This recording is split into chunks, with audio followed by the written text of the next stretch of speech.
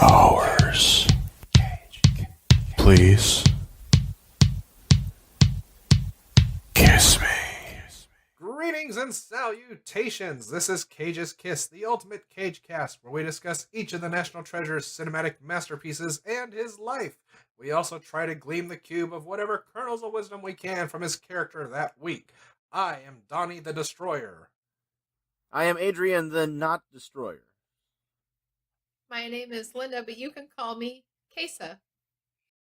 And welcome to today's episode where we discuss Racing with the Moon, an unofficial sequel to Best of Times, where Nick dragged his friend Crispin through time to war-torn 1940s California with no way getting back.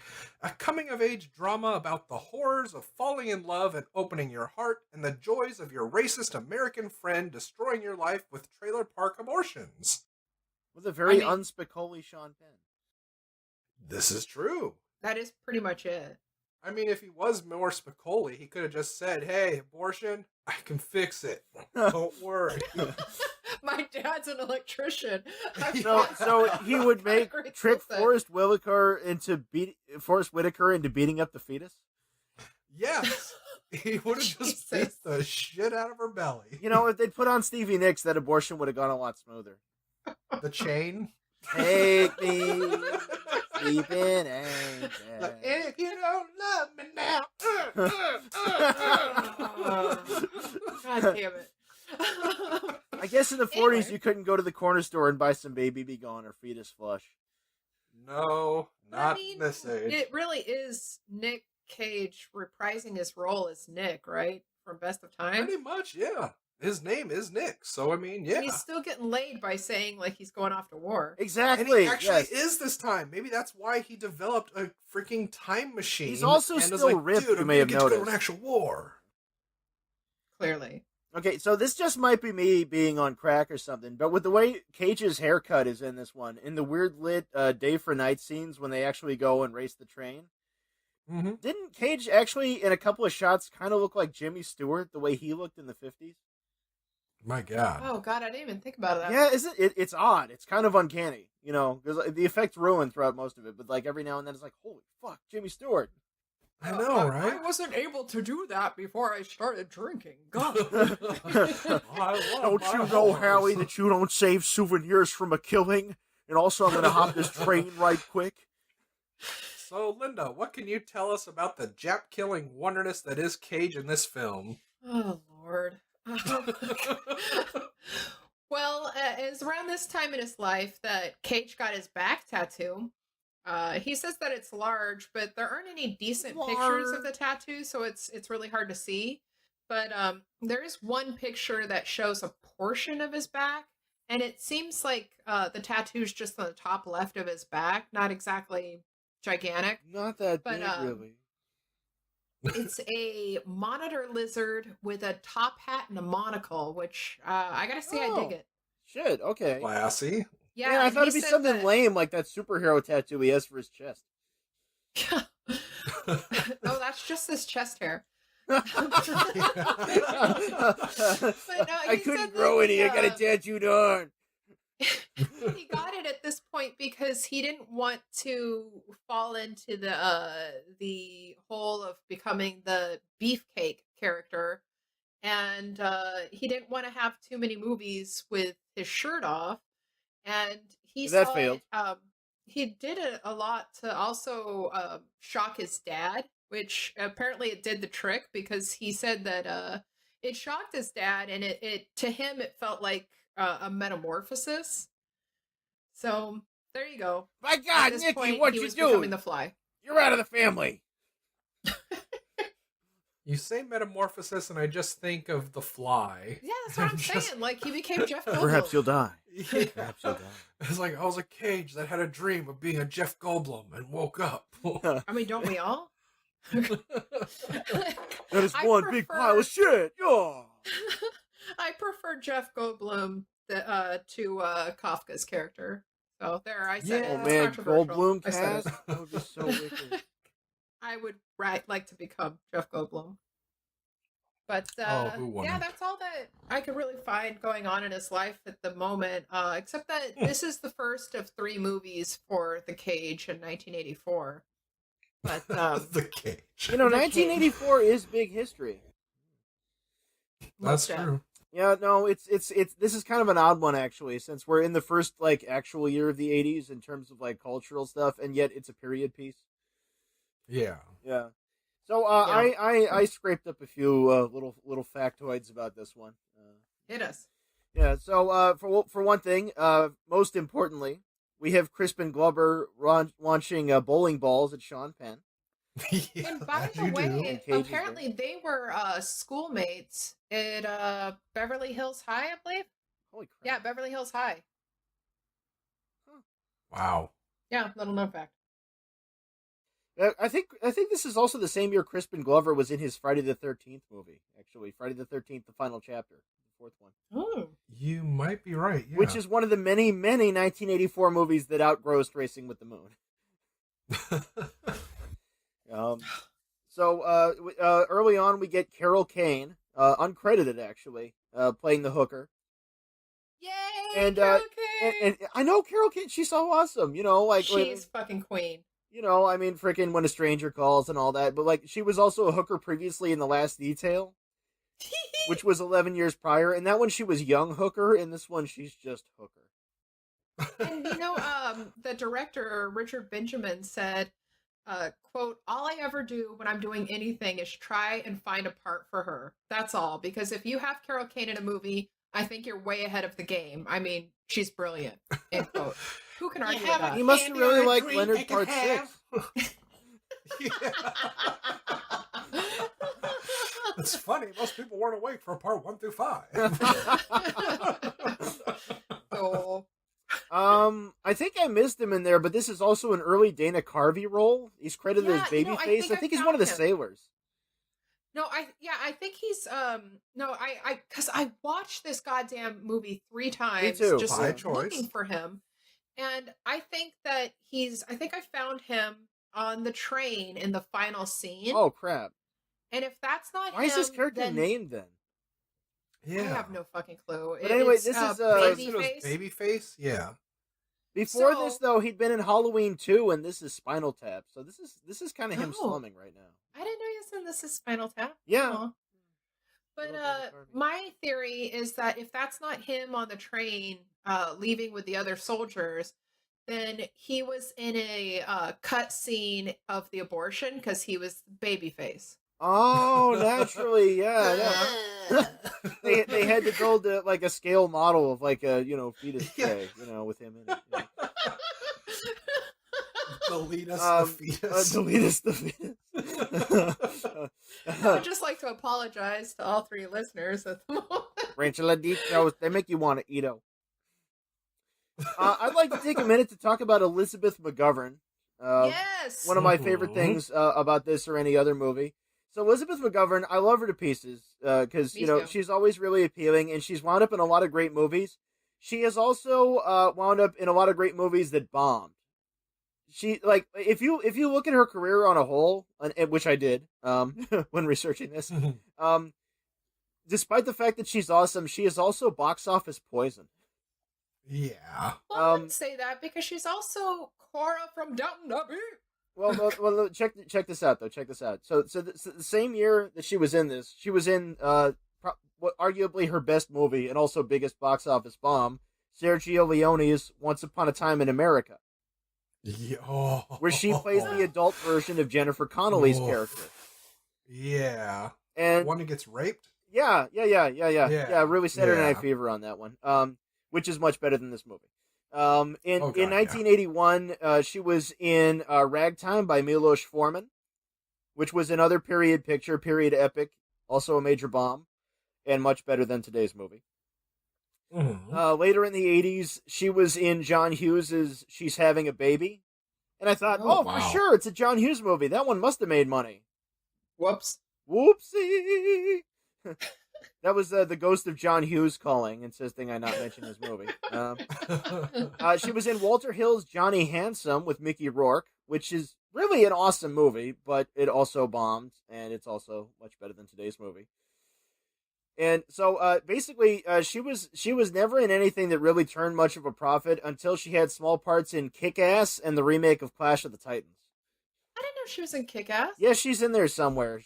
Mrs. something or other. Oh, she's back with the Cage. Dun, dun, dun. Oh my goodness, revenge! That brings me joy.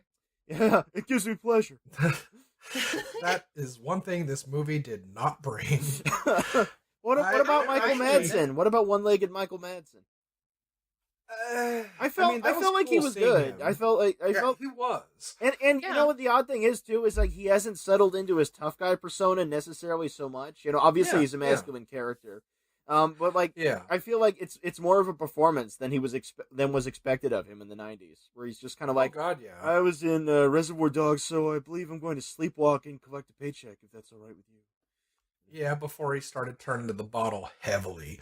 Yeah, I felt like, I don't know if you guys got this either, but in that hospital scene where like they first enter the hospital, I was getting strong like deja vu of I Am Sam.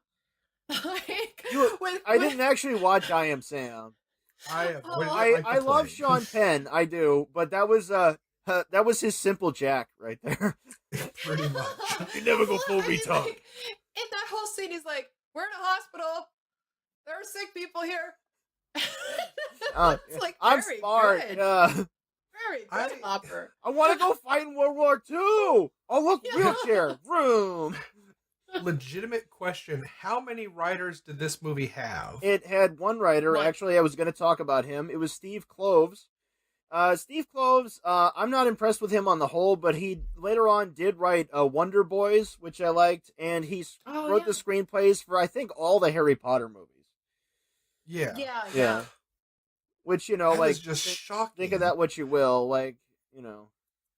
Well, this movie, it's...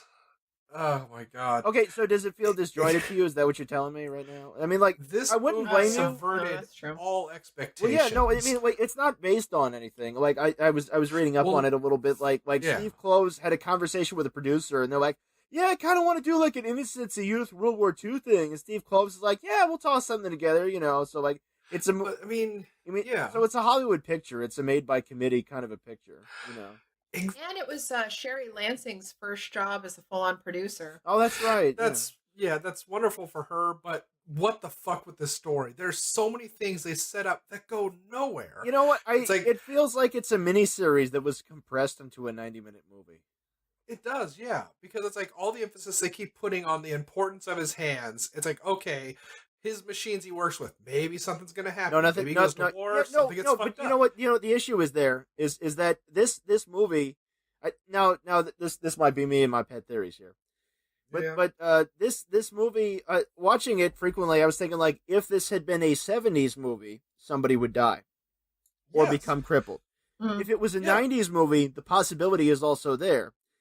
And it's also really not properly an 80s movie. It has like the trappings of period films from later and earlier decades, but it is lacking basically those strengths of the time. Like it can't be naive enough to pull off what it's doing, you know. But there's no arcs. Is the thing? Oh, it's yeah, things no, happen. yeah, no. Yeah, but I kind of like that. It was just like the hopelessness and the shittiness of just waiting to go off to war where you might die. I mean, no, it's not. But even that's not even given any gravity. I mean, it's not as if it's an utter failure as a film experience, but in terms of storytelling, Donnie does have a point. Yeah, because it's like even when they go to the pool hustlers, it's like, okay, something's going to happen. They're gonna get fucked up, and the whole thing again going back to his hands and playing the fucking piano. That would have been a time for it. Well, no, if this had been a Michael Cimino movie from 4 years earlier, that's what would have happened, you know.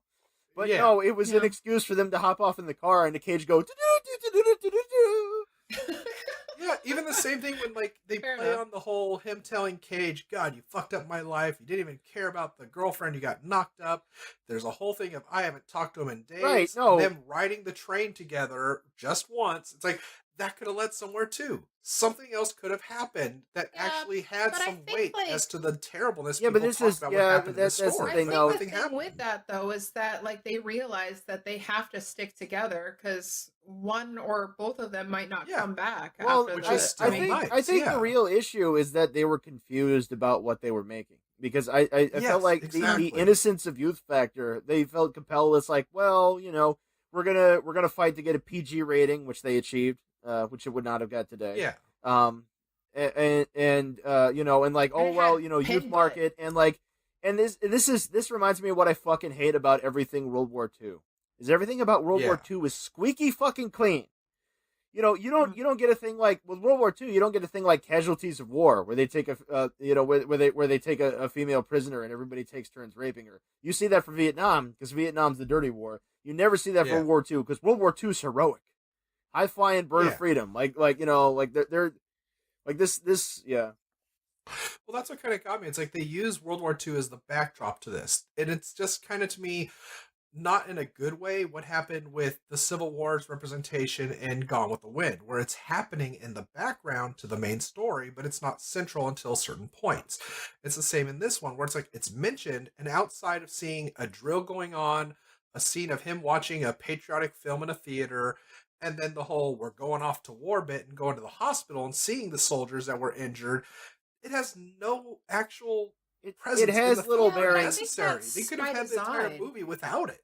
Well, I think that's by design though, because I think like he's like, and she brings it up later, Caddy, that like he never talks about it because he doesn't want to think about it.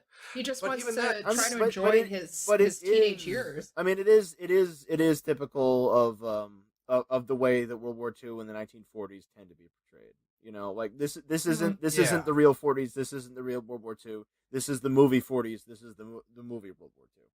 Yeah, it just feels like it would have been nicer if it had something more to actually play with in there, where it actually leads to something with it instead of just, hey, we're going off. The specter of the abortion is supposed to be the heavy thing in this movie. But, so this is a evolution of film moment here though right now, because like I mentioned earlier, Saturday Night Fever. Yeah. You know, where the abortion becomes a heavy thing that nobody gets over, and the guy kills himself because he can't get one because the Catholicism gets in the way.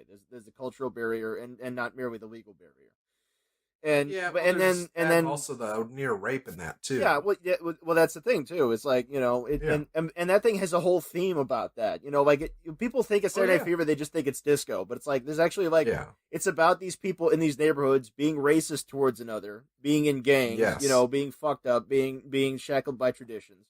You know. Please forgive me, I haven't seen it. Does John Travolta get raped and have to get an abortion? Yes, he has an anal butt baby. Oh, that was the subject of Staying Alive, the Stallone directed sequel.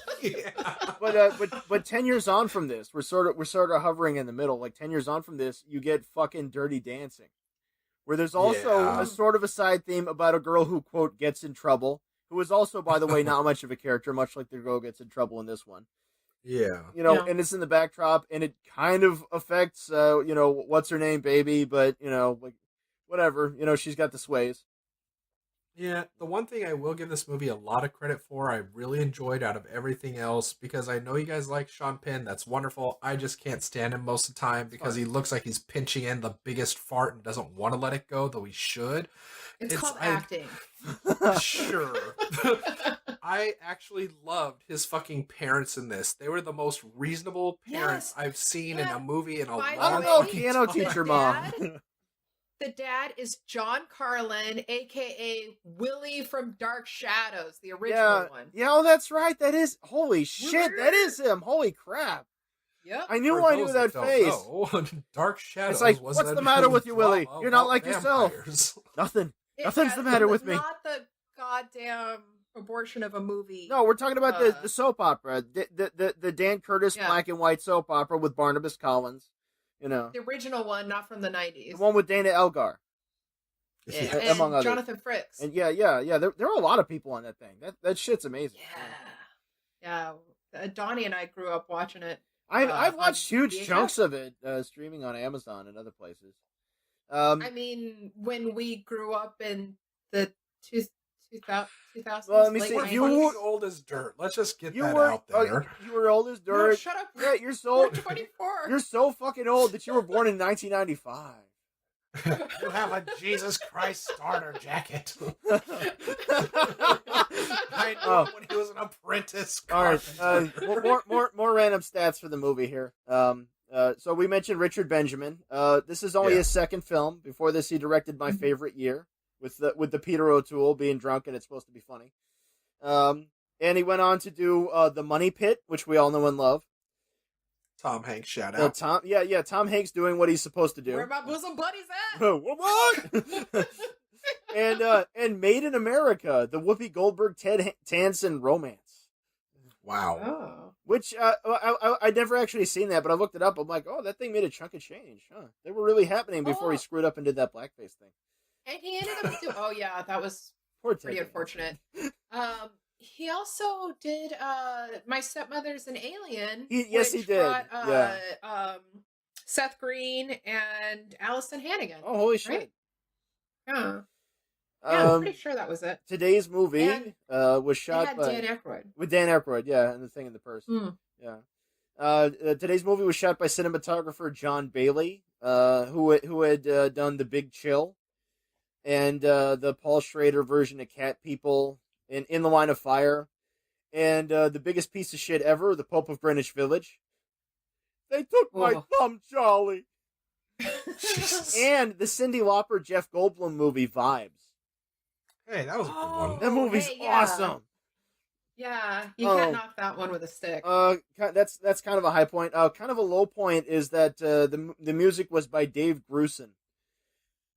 Dave Grusin, he did the music for The Graduate, all that music that was not by Simon and Garfunkel, aka the music from that movie that you don't remember at all. Exactly. In my opinion, at least, Grusin kind of ruined a few movies with his really shitty musical scores. He did the music to 3 Days of the Condor, and The Firm. You remember The Firm? How the whole thing is just like some guy kind of noodling on a piano. Yeah, that's Dave Grusin. Ugh. Yeah, and it's like, what the hell kind of idea was that? It's like, I was gonna get an orchestra together, but I'm kind of out of time. Heart and It's almost as horrible as asking a girl to go skinny dipping when it's butt fucking cold That was outside. actually also shot in January. Yeah, that was for real winter. Yeah. Yeah, like when she's like her teeth are chattering and she's like shivering, that's fucking real. That's where you get your PG erect winter nipples, by the way, in that scene. I forgot that we saw Cora's boobies. Cora's boobies. Dun, dun, And yet you remember Penn's ass and balls. Oh, yeah. What? Yeah. No, thank you, sir. May I have another? Yeah. Pardon? Yeah, no, I kind of wore out that part of the movie streaming because I had to repeat it, you know. Wait. Before that, he's taking his shirt off. He's like, it's kind of hot out here. I'm like, it is kind of hot out here.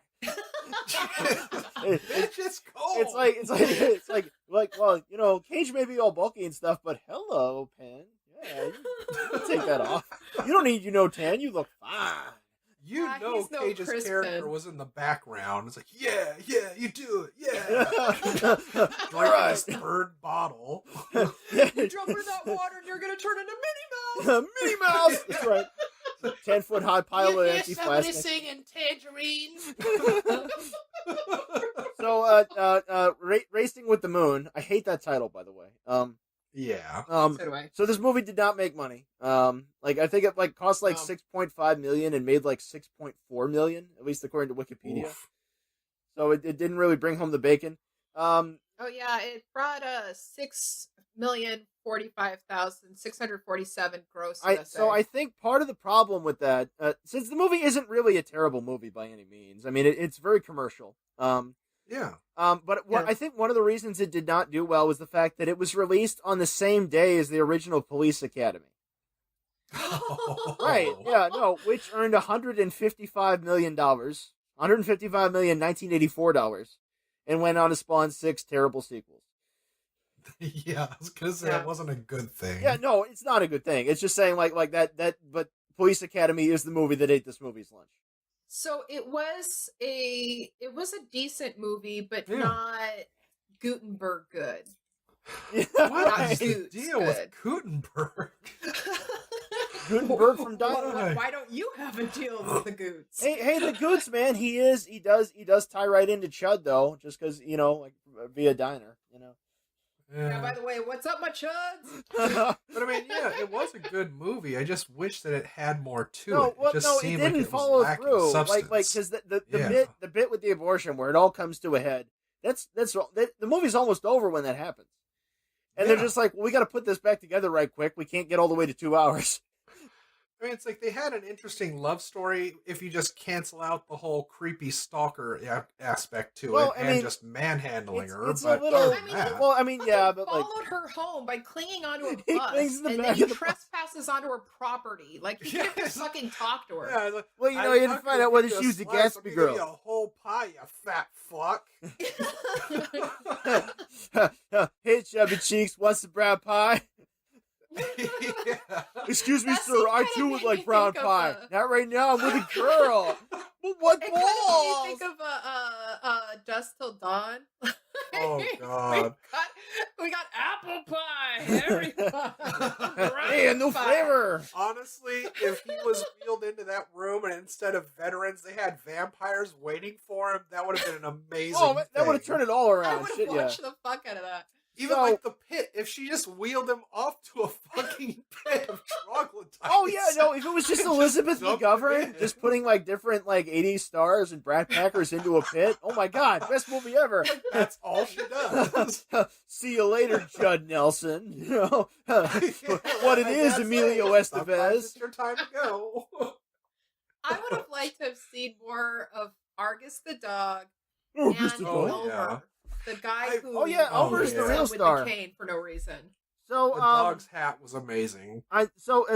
speaking of story elements that don't follow through properly, let's bring up the movie's lack of suspense.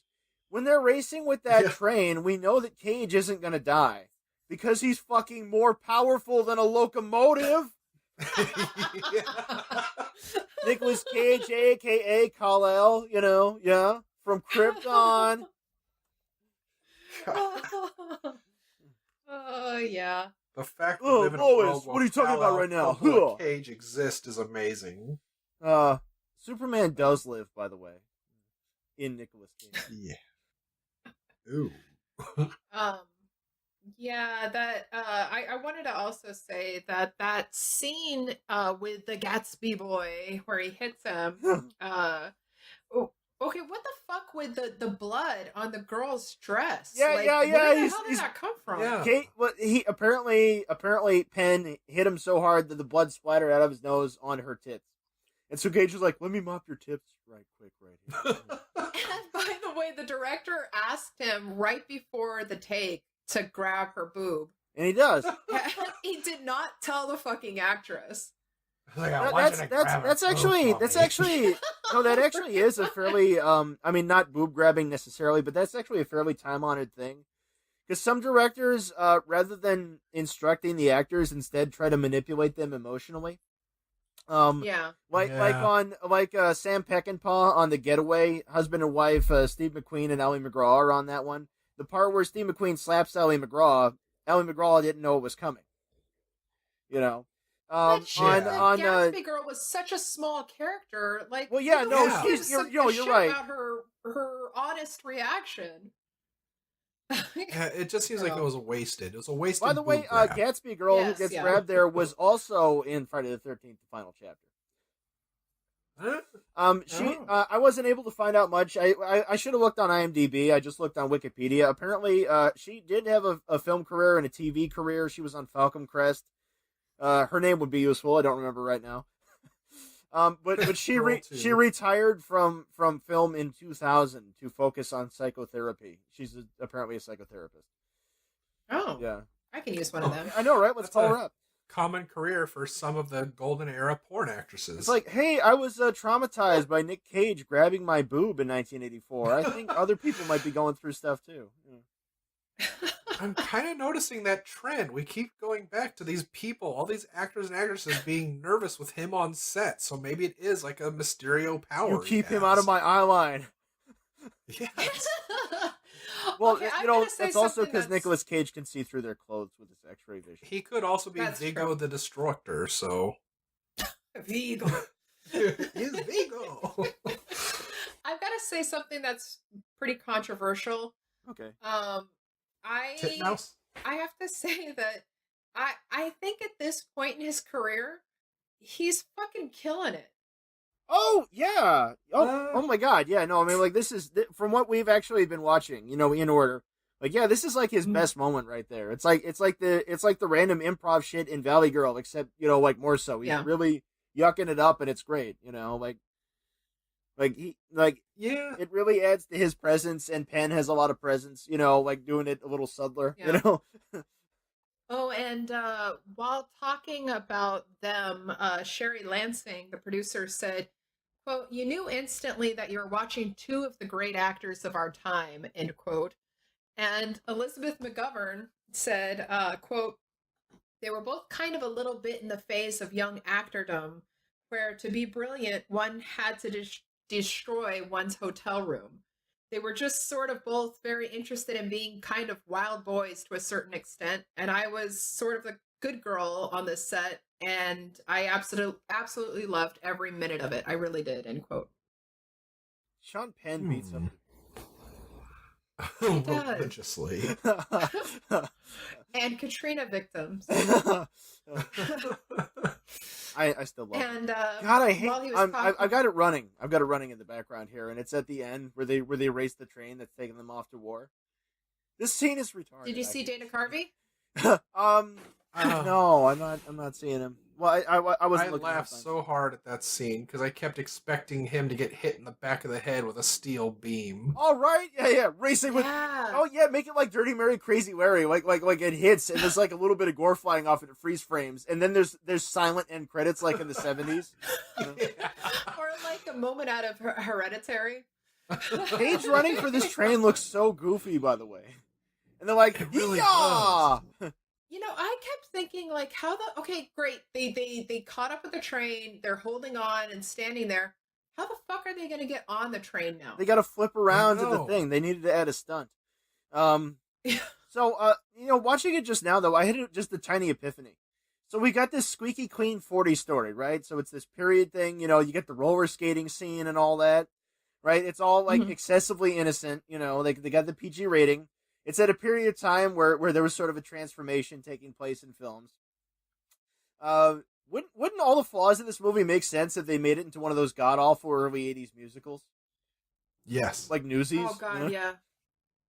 Like, Yeah. especially the suddenly playing hip music and all the dead kids getting up and dancing. Yeah. Like, you unruly little shits. Don't play Boogie Woogie. You have to play Carnegie Hall. Yeah, okay, the scene where they're in the closed bowling alley and Cage is singing Tangerine, which I'd never heard before, into the mop. You know, like that was so Blue Velvet. It makes Blue Velvet look less Blue Velvet. God, yeah. You know, like I swear, David Lynch saw Yeah. this movie and said, "Yes, this is the direction my career needs.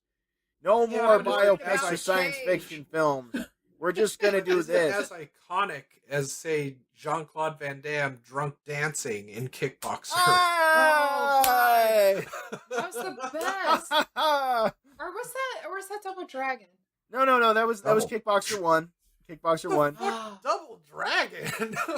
Oh no, she's thinking of Double Impact. Double Impact. That's what I'm thinking of. The one where he has the twin. Oh man, no! If Double Dragon had been done with two Jean-Claude Van Damme That would've instead been of Scott amazing. Wolf and the guy from the American Iron Chef, you know, like yeah. For those that don't know, Double Dragon I'm was thinking based of on a Double Nintendo Impact game. with the twin. But I thought that's the one where he had the crazy drunk dancing. He might in both. I've actually never seen all Maybe. of Double Impact, to my shame. Where he had like the clapping going Yeah, on. yeah, no, he. Oh, that was Kickboxer. It was Kickboxer. Yeah. Fuck. Stay away Well, from I his right leg. I really dug Cage's dancing. If I in that cut my scene. hair short and suck my cheeks, I can kind of look Van Damme-ish a little bit. Hey, Honestly, it would have been really fun to see Nick Cage and Penn doing a song and dance number at the bowling alley and timing people rolling the bowling balls down as they're skipping over them going down the lanes. It's like, at least that you would were have going to been say it Don't would be have a been nice thing to if it ain't got Nick that Cage swing. and Sean Penn doing it. Oh yeah. No, but I could see them having a song that they sang here about for it. balls going down lanes and going. And then Tyrone Power's in the submarine and he yells, "Fuck 'em!" No. Tyrone Power never said "fuck 'em." Yeah, he did. He blew up all the Japs, and then what balls? Yeah, he blew all of them. That's why I said fuck him and dropped his pants. That whole drug scene. That was the best part of this movie right there. I was living for Where that they're- scene. I had my husband Carlo watch it with me, and we both decided that it was very me in this scene where he says, "I could have done that before I started drinking." Yeah, you see this? You see this? What? I could not do that before I started drinking. Why would you want to? It gives me pleasure. It's like he's so lost in it right there. It's just disarming. It's like, holy shit, there's no affectation at all. He's just being a goofball, you know? Kind of, yeah, isn't it? Wowie! I think it's Love the it. middle of the movie toward the end. He was just drinking nonstop. Yeah, who could blame him? Just like the audience. Yeah, and it was a simpler time again where you could drink and drive, and no one had. I know he's drinking and drinking. Yeah, there was another opportunity, right, for something to follow through. Hey, that could have been the Dirty Mary, Crazy Larry moment right there, also, where See, like, that's let me what out I'm of the car, saying. let me out of the car, and then the car gets wrapped around a fucking train. Yes. And it turns into a blood on the asphalt video. You know, and then like you get a crane shot pulling back from like the wrecked train. You know, with the car all spattered out, still smoking, and like there's World War II radio announcement like getting louder. You know. Oh yeah. Man, this thing would have been so fucking good. Exactly. Just needed a little tragedy. Yeah, they brought on board Richard Benjamin, to deftly avert any drama. Yeah. But I mean, even go ahead. Oh, sorry, go ahead. I was just gonna say, even the abortion scene, as quickly as that ends, and her saying she felt sick after, it's like, oh, is this gonna go somewhere? No, she died from like, this. Well, I mean, like left the station. the back in the day coat hanger back of a car abortions. Those shits were dangerous. Well, yeah. Yeah, I mean that they really could have built around built more, I don't know, suspense and like drama into that moment, because that was, I mean, like even in the commentary he talks about how goddamn dangerous it was back then. But the he girl talks about getting it getting the taken clean care abortion. of, though. The girl who got in trouble, like she had so few lines in this thing. Like she That's what I'm saying. She had two Yeah, scenes where she Sally. speaks. Yeah. Like her going to like- the abortion and coming from the abortion, she doesn't speak. Yeah, well, that's what I'm saying. It's like you don't need to hear a fucking Hoover vacuum coming from the trailer going on. But it's like just having a follow-up to it would have been nice. But it's like it still played out how it's supposed to, which was showing that they were both being kids that were being insensitive to the whole entire thing. Well, and Nick Cage just being how he is because he's still ignoring somehow it. made it all about like Sean Penn's character Right. and Well, yeah, Caddy. it was the background drama for them to bring their shit to a head. It's Yeah. But that actually, I don't know if it's a thing for 80s writing specifically, but like you do see that a lot where there'll be like a dual purpose scene that's meant to complete two arcs. You see it in Scarface quite a bit. Yeah. And it's fine, I mean, like, when, like that thing happened, they broke the law and possibly God's law, depending on how religious they were. They didn't seem very, Right. and like nobody knows how to act, knows how to react. This movie though did have two lines that delight me if taken out of context. There's the part where they're in the cafe before Elizabeth Mcgovern crosses over and Sean Penn sells her pie, pretending to work there. There's the music playing on the radio, and Cage says, "Can we kill the angels?" And then later in the library, Elizabeth McGovern's shelving books, and one of the shelves is wonky, and she says, "Religion's a little shaky." And I'm like, yes, indeed it is. Indeed it is. God, that was just like, that's what we did there? And it all comes back in City of Angels. Right. I would give up forever to touch you. I want to grab your boob again. Yeah. Honk, honk. So, I don't know if you guys noticed or would know, but like the scene where they're trying to hustle the Navy guys who are hustling them. Yeah. The guy playing pool against Sean Penn, it was Switek from Miami Vice from the TV series. Oh. Yeah, from of Switek and Zito, you know, who was always the big Elvis fan on that show. The more you know. For those that don't know, Miami Vice was popular in the 80s. Oh yeah, no, it premiered late in '84, and it was one of the biggest things ever, and it was actually excellent for its first 2 seasons before Michael Mann left to do movies, and it was taken over by goddamn Dick Wolf of Law and Order. That has nothing to do with today's movie or Nicolas Cage, but I hate Dick Wolf.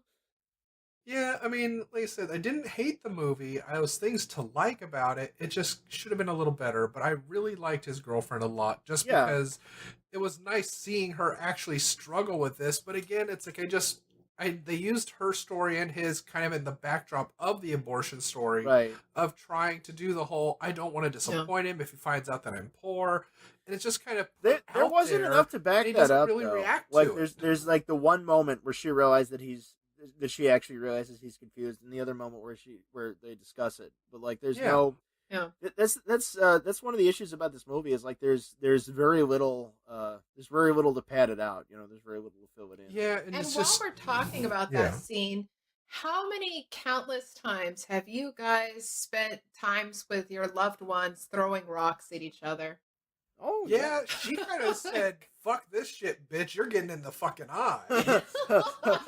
She goes for blood. Hey, if only it's another thing. They could have turned it into like Sid and Nancy at that point. Yeah, again, they could have hit that bottle with a vengeance, you know, and then they both start just stabbing each other, you know. That would have made a better movie.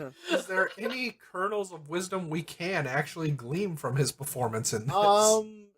Well, alcohol is your friend. It's perfectly okay to drink a lot and drag your best friend into raising a lot of money because you'll be pals in the end and go to war.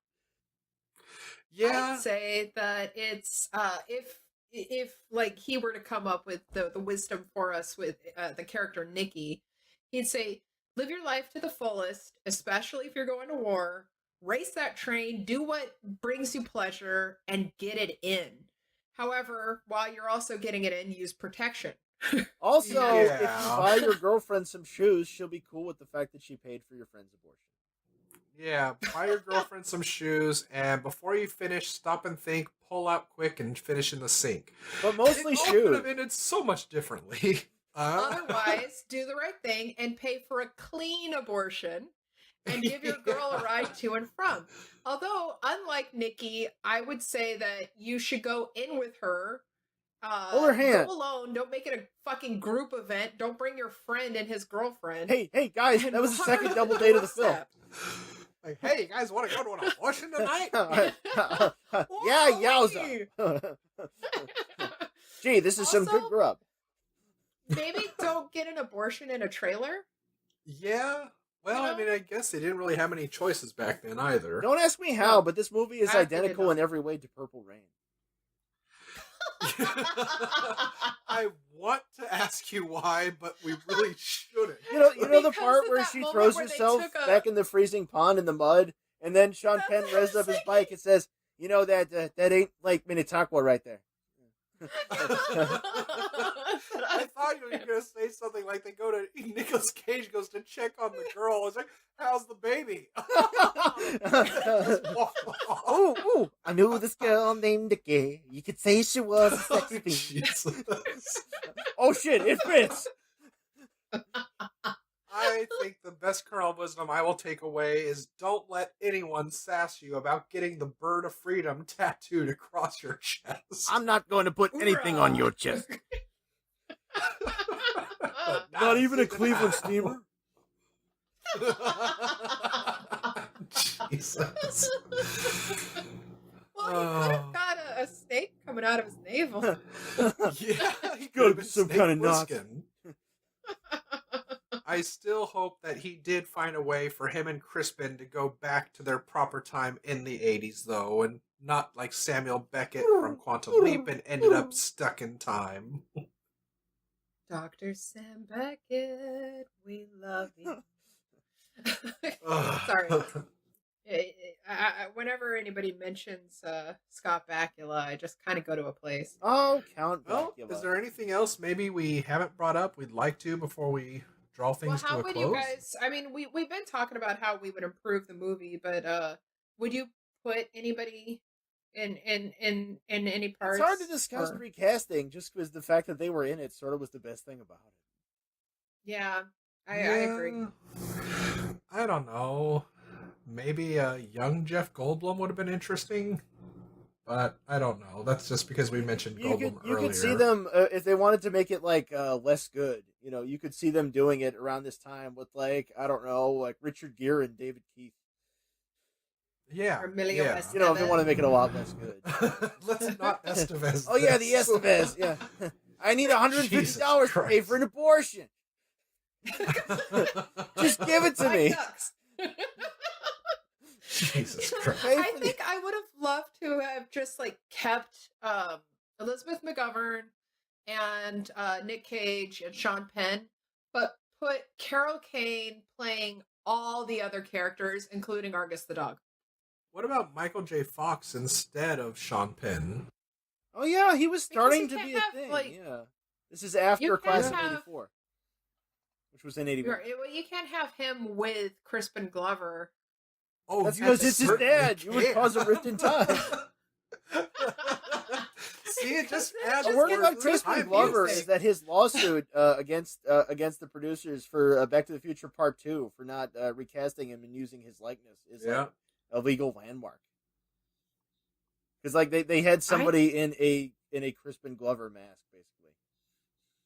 Yeah. Oh Jesus. Well, he actually took issue with the ending of Back to the Future. He actually took the producers aside. He says, you know that bit at the end where they get all the money? You know that's bullshit? You know the reward should be that they're happy? And Robert Zemeckis is like, yeah, they're happy because they got that money. Duh. It's the 80s. Nobody cares. And Crispin Glover's like, fuck you. And they're like, agree with him. You know, like, no, yeah, he seems like a pretty real dude, you know. Yeah, I mean, he's my kind of Glover. Well, now I'm going to try and picture that Doc Brown actually is Nick Cage's character, Nick, and that he did develop the time machine to go rescue them and to bring them back to Best of Times. Who's vice president? Tyrone Power? What balls? I couldn't do that before I started drinking, Marty. Well, I guess, did we cover it, or did we actually do this? I think it's... Yeah, no, I mean, we got every dimension there. There's nothing... We'll never play Carnegie Hall at this rate. No, but I guess if that's the case, since last time we had a very nice musical number, maybe we can end it with our own musical rendition. That's not. My kind of Glover. Tangerine. She is all they claim. Now that's gold. Think now we know why Cage doesn't sing more. Oy vey. No, we're not going back to that. Barbecue sauce. Jesus okay, Christ. I guess it's time for butt plugs. Yeah. Where should we go online, and what should we like and subscribe, Linda? Tell us. I would not buy butt plugs from Amazon. They're cheaper used. Wisdom. You should be following Crispin Glover, but also, please remember you can find Cage's Kiss on Facebook and Twitter at Cage's Kiss, and you can visit our website at cageskiss.com, and you can also write to us at cageskiss@gmail.com, and none of those include the apostrophe, of course. It's just CAGESKISS. Donnie, you got any plugs? Not butt plugs, but I guess Twitter. Unnatural Well, yes, Twitter is unnatural. I, however, am Unreal Goals. But please, again, don't follow me. I am not a social butterfly. Follow him on Twitter and get a natural high. I guess, or I can sell you used butt plugs I didn't buy from Amazon. It brings him pleasure. Immense pleasure. And you can still find me as Leo the Fox, all lowercase, all run together, on deviantart.com, where I do my various types of artworks and run a group called Dreadful Tales that replicates old-timey pulp magazines. You can still find me on YouTube as A.A. Smith, complaining about books that you didn't read and making cartoons you won't understand.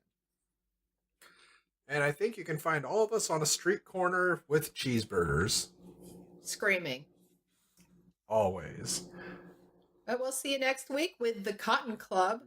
And if you ask me, you're barking up the wrong gams. Whoa. All right, I guess that this would be your Cage kiss-off. Tangerine.